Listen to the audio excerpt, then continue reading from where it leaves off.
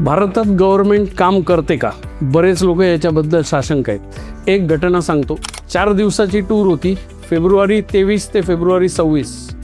एका राज्याचा chief minister सिंगापूरला जातो. पहिल्याच दिवशी एअरपोर्टवरनं डायरेक्ट तिथल्या 25 कंपन्यांच्या CEOजला भेटतो आणि त्याच्याकडे 1.5 लाख कोटी गुंतवणुकीचे प्रपोजल्स येतात. त्यातले 60,000 कोटीचे प्रपोजल्स तो MOU साईन करतो. पुढच्या 2 दिवसात हा माणूस जपानला जातो. तिकडे त्याच्याकडे 2.5 लाख कोटीचे बिझनेस प्रपोजल्स येतात. त्यातले 90 लाख कोटीचे प्रपोजल्स MOUs हा माणूस साईन करतो आणि 4 दिवसात भारतात परत येतो. या 4 दिवसाच्या ट्रिपमध्ये ह्या माणसाने भारतासाठी 1.5 लाख कोटीची फॉरेन डायरेक्ट इन्व्हेस्टमेंट आणलेली आहे. This is the efficiency of the Indian government right now.